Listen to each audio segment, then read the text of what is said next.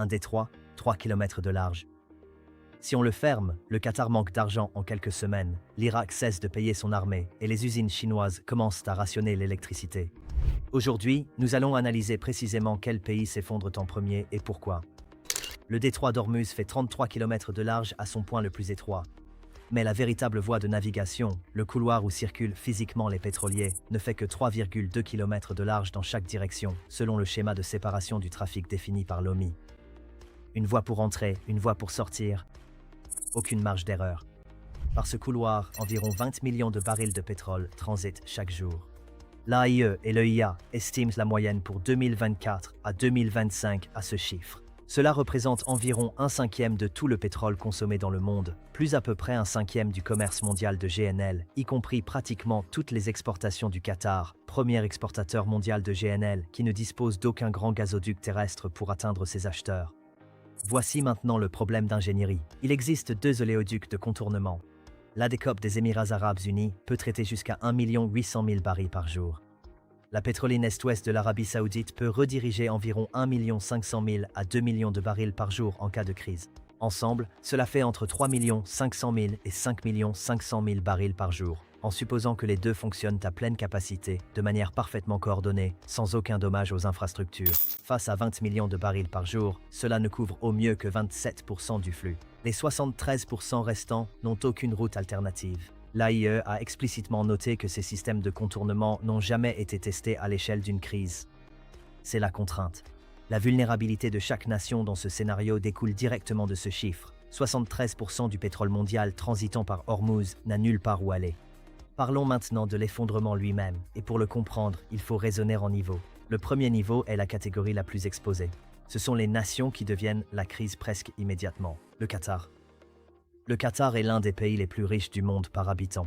D'immenses réserves de gaz, des stades de Coupe du Monde, un fonds souverain estimé entre 450 et 500 milliards de dollars. Selon tous les critères conventionnels, le Qatar paraît solide. Mais toute l'économie du Qatar repose sur un seul produit, le gaz naturel liquéfié. Et pratiquement toutes les exportations de GNL du Qatar quittent le pays par navire-citerne via le golfe Arabique et ses accès. Le Qatar ne dispose d'aucun grand gazoduc terrestre vers des marchés importants. Techniquement, les navires-citernes pourraient tenter des itinéraires maritimes alternatifs plus longs, mais en pratique, l'économie et la logistique de ces routes les rendent non viables à grande échelle. Lorsque les accès au Golfe deviennent dangereux, les revenus d'exportation du Qatar s'arrêtent complètement. Et contrairement aux pays dotés d'industries diversifiées ou de grands secteurs agricoles, le Qatar importe la grande majorité de sa nourriture. Lorsque les revenus d'exportation s'effondrent, en quelques semaines, la capacité à financer ces importations, nourriture, médicaments, biens de première nécessité, commence à s'effriter. Le Qatar a déjà connu une version de cette situation lors du blocus du Golfe en 2017, lorsque l'Arabie Saoudite, les Émirats Arabes Unis et d'autres ont coupé les routes terrestres et aériennes. Le Qatar a survécu à cela grâce au maintien de son accès à la mer. Supprimer l'accès à la mer, et toute l'équation change. L'Irak. L'Irak exporte environ 3,3 millions de barils de pétrole par jour. Selon le ministère des Finances irakien et confirmé par le FMI, plus de 90% des revenus du gouvernement irakien proviennent du pétrole, ce qui en fait l'une des plus fortes dépendances au monde. Et pratiquement toutes ces exportations transitent par le Golfe, directement par le détroit d'Ormuz. Sans ces revenus, l'Irak ne peut pas payer ses fonctionnaires, ses militaires, ses soignants ou ses travailleurs des infrastructures. L'Irak dispose de marges budgétaires limitées.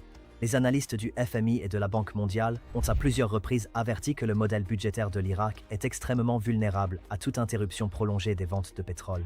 Dans un scénario de fermeture totale, les analystes prévoient l'apparition d'une grave tension budgétaire en quelques semaines à quelques mois et non en années. Un gouvernement qui cesse de payer son armée et sa police est un gouvernement qui commence à se dissoudre. Le Koweït. Le Koweït est l'un des États du Golfe les plus dépendants des exportations de pétrole. Il exporte environ 2,1 millions de barils par jour, pratiquement tous via le détroit d'Ormuz. Le Koweït possède un fonds souverain important, l'un des plus anciens au monde, ce qui lui offre une marge de manœuvre financière dont l'Irak et le Qatar ne disposent pas. Cette marge ne fait que retarder le problème, elle ne le résout pas. Si les exportations de pétrole s'arrêtent, le Koweït perd le moteur qui finance l'ensemble de son contrat social, carburant subventionné, soins de santé gratuits, salaire des fonctionnaires. Les analystes estiment qu'une grave tension budgétaire apparaîtrait en quelques semaines, même avec les réserves du fonds souverain, car les engagements de dépenses publiques dépasseraient rapidement la liquidité disponible. Ces trois nations, le Qatar, l'Irak et le Koweït, partagent un trait dangereux. Elles sont incroyablement riches grâce à Hormuz, ce qui signifie qu'elles sont incroyablement fragiles sans lui. Leur richesse n'a pas été réinvestie dans une diversification économique à une échelle suffisante. Pour les trois, le détroit constitue le fondement même du contrat social. Nous passons maintenant au deuxième niveau. Ce sont les géants industriels, des nations avec de profondes réserves, des économies massives et une véritable planification stratégique. Elles tiennent plus longtemps, mais elles s'engagent dans une course contre la montre sans ligne d'arrivée viable. La Chine. La Chine est le plus grand importateur mondial de pétrole brut. En 2024, la Chine a importé environ 11 millions de barils par jour. Sur ce total, environ 42 à 54% provenaient de sources moyen-orientales et une grande partie transite par Hormuz. La Chine a constitué de manière agressive sa réserve stratégique de pétrole. Les analystes de l'EIA ont estimé que les stocks stratégiques et commerciaux combinés de la Chine couvrent entre 90 et 120 jours de besoin d'importation, bien que la Chine ne divulgue pas officiellement ces chiffres. Considérez donc tout chiffre précis comme une estimation et non comme un fait confirmé. Ce qui est clair, c'est que la Chine dispose de plus de marge que la plupart des autres pays. Mais voici le calcul qui compte. L'économie chinoise a besoin d'un débit pétrolier spécifique pour maintenir sa production manufacturière, ses chaînes d'approvisionnement et son moteur d'exportation. Les analystes modélisent que lorsque les réserves commencent à descendre en dessous d'un seuil critique, généralement situé entre 60 et 90 jours, les usines commencent à rationner. Lorsque les usines rationnent, elles produisent moins. Quand elles produisent moins, les chaînes d'approvisionnement mondiales qui dépendent de la fabrication chinoise commencent à se fracturer. Le calendrier n'a pas de chiffre fixe. C'est une courbe de pression. Et au moment où le secteur industriel chinois commence à rationner l'énergie de façon visible, les effets en cascade se répercutent déjà à travers la chaîne d'approvisionnement électronique mondiale, le marché des pièces automobiles et la fabrication de biens de consommation dans le monde entier. Non pas parce que le pétrole est épuisé, mais parce que l'anticipation des pénuries déclenche un comportement de rationnement simultanément dans toutes les chaînes d'approvisionnement de la planète. Le Japon. La situation du Japon est presque poétique dans sa vulnérabilité. Le Japon importe environ 95% de son pétrole du Moyen-Orient, avec environ 70% de ses cargaisons transitant par le Golfe et les approches d'Ormuz. Le Japon est l'un des plus grands détenteurs mondiaux de réserves stratégiques de pétrole, combinant des stocks gouvernementaux et des réserves imposées à l'industrie. La couverture totale du Japon est estimée à bien plus de 150 à 200 jours d'approvisionnement, ce qui le rend nettement plus résilient que la plupart des économies asiatiques. Mais le Japon est une nation insulaire qui ne produit pratiquement aucun combustible fossile sur son territoire. Son économie manufacturière, véhicules, électroniques, machines de précision est par nature très énergivore. Même avec d'importantes réserves, dès que l'approvisionnement s'arrête, le compte à rebours commence. Les raffineries et usines japonaises nécessitent un flux constant de brut et pas seulement un stock dans lequel puiser. À un certain moment, les analystes estiment cela à plusieurs mois de perturbations continues, la situation devient critique. Le rationnement industriel devient inévitable, quel que soit le niveau des réserves, tout simplement parce que la logistique de réapprovisionnement à partir de sources alternatives ne peut pas suivre le rythme de la consommation. La Corée du Sud. La Corée du Sud représente sans doute le cas de niveau 2 le plus inquiétant. C'est l'un des 5 plus grands importateurs de pétrole au monde, avec environ 70% de ses importations de brut provenant du Moyen-Orient. La Corée du Sud abrite également certains des plus grands chantiers navals et usines de fabrication de semi-conducteurs au monde, deux secteurs extrêmement énergivores. Les puces sud-coréennes se retrouvent dans les iPhones, les centres de données, les équipements médicaux et les systèmes militaires du monde entier. Une fermeture prolongée du détroit d'Ormuz fracture la chaîne d'approvisionnement technologique mondiale à sa base. Avant d'aborder la menace la plus sous-estimée de toutes, un mot rapide. Ces documentaires demandent des dizaines d'heures de recherche, d'écriture et de production. Si vous trouvez cela utile et souhaitez soutenir la chaîne, vous pouvez faire un petit don via le premier lien dans la description ou le commentaire épinglé. C'est entièrement facultatif, aucune pression, vraiment. Mais si vous le faites, cela aide réellement à continuer de produire des vidéos comme celle-ci. Très bien, revenons-y, car ce qui suit est la partie que la plupart des gens ratent complètement. Voici le mécanisme le plus dangereux de tout ce scénario, et aussi le moins évoqué. Le détroit d'Ormuz n'a besoin que de devenir dangereux.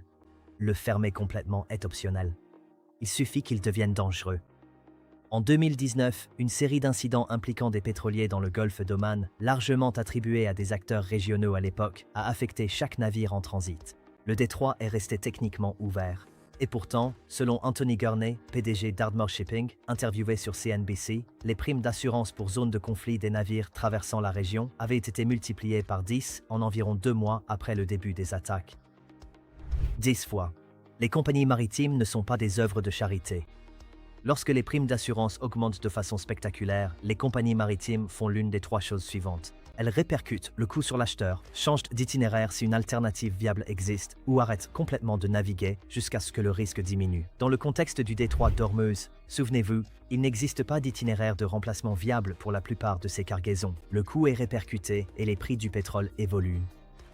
Lorsque les prix du pétrole augmentent de 20, 30, 40 dollars américains par baril uniquement par crainte, sans réelle pénurie, toutes les économies de la planète en ressentent les effets.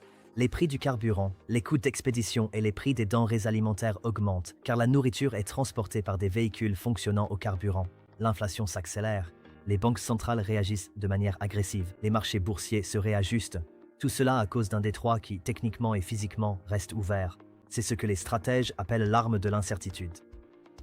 Et l'Iran a explicitement évoqué sa capacité à fermer le détroit d'Ormuz lors de plusieurs affrontements géopolitiques. En 2012, 2018 et 2020, à chaque fois, les marchés pétroliers ont fortement réagi sans qu'aucun pétrolier ne soit physiquement arrêté. La 5e flotte des États-Unis est stationnée en permanence à Bahreïn précisément pour empêcher une fermeture physique. Les États-Unis, aux côtés des forces navales alliées, assurent une patrouille constante du détroit, et cette présence est réellement efficace pour empêcher une fermeture officielle prolongée. Mais cela ne peut pas empêcher les marchés de l'assurance de réagir à une attaque survenue à 15 km de là. Cela ne peut pas non plus empêcher un PDG d'une compagnie maritime à Athènes de retirer sa flotte d'une région où les pétroliers sont pris pour cible, que la voie soit techniquement ouverte ou non. L'infrastructure du commerce mondial repose sur la prévisibilité. Les ports programment les arrivées des semaines à l'avance. Les raffineries planifient les livraisons de brut selon des cycles de 30 jours. Les systèmes de fabrication en flux tendu n'ont pratiquement aucun stock tampon par conception. Au moment où la prévisibilité s'effondre, même sans blocage physique, tout le système commence à se gripper comme un moteur qui tourne sans huile, ce qui, dans ce cas, est exactement ce qui se passerait. Le détroit d'Ormuz est la portion d'océan la plus déterminante de la planète, non pas en raison de sa taille, mais à cause de ce que le monde a construit autour de lui.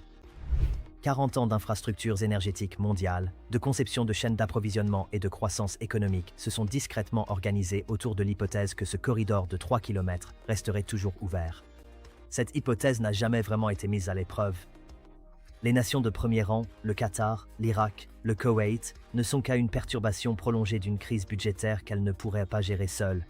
Les nations de second rang, la Chine, le Japon, la Corée du Sud, ne sont qu'à quelques mois d'un stress industriel qui bouleverserait la production mondiale. Le calendrier exact dépend des réserves, du rationnement et de la rapidité de toute solution d'approvisionnement alternative. Mais dans tous les scénarios modélisés par les analystes, la tendance est la même. Et toutes les autres nations de la planète, elles subissent toutes les conséquences en aval. Une question demeure. Chaque gouvernement inclus dans cette analyse connaît son exposition. Alors pourquoi aucune véritable alternative n'a-t-elle été mise en place? 3 raisons. Les pipelines, le transport maritime par pétrolier, les réserves stratégiques. Le résultat, c'est que le monde a choisi un tampon plutôt qu'une solution, et ce tampon a une limite. Voilà l'histoire derrière l'histoire, et elle est bien plus inconfortable que la géographie. Cet épisode arrive, et si vous êtes arrivé jusqu'ici, merci. Sincèrement, ce genre de contenu demande beaucoup de temps pour être recherché, vérifié et produit correctement. Si vous avez apprécié cette vidéo et souhaitez contribuer à en voir d'autres, vous pouvez faire un petit don via le premier lien dans la description ou le commentaire épinglé. Il n'y a absolument aucune obligation, mais chaque geste de soutien fait vraiment la différence. Nous venons de parler d'un monde qui n'a pas de véritable solution de secours pour le détroit d'Ormuz. Mais il existe un autre détroit, le détroit de Malacca, où un pays essaie réellement de mettre en place cette solution de secours. Un pont terrestre conçu pour rediriger entièrement le trafic maritime mondial. La Thaïlande mise tout sur ce projet, et l'histoire est tout aussi incroyable que celle-ci. Cette vidéo est déjà en ligne. Le lien s'affiche juste là à l'écran, et il est aussi dans la description. Regardez-la ensuite. Je pense que vous la verrez sous un autre angle après ce que nous venons d'aborder. Si vous voulez comprendre comment le monde fonctionne réellement, et non pas comme on vous le raconte, abonnez-vous et activez la cloche, car ce n'est que le début. À regarder ensuite, le pont terrestre de la Thaïlande, l'infrastructure qui pourrait contourner le détroit de Malacca.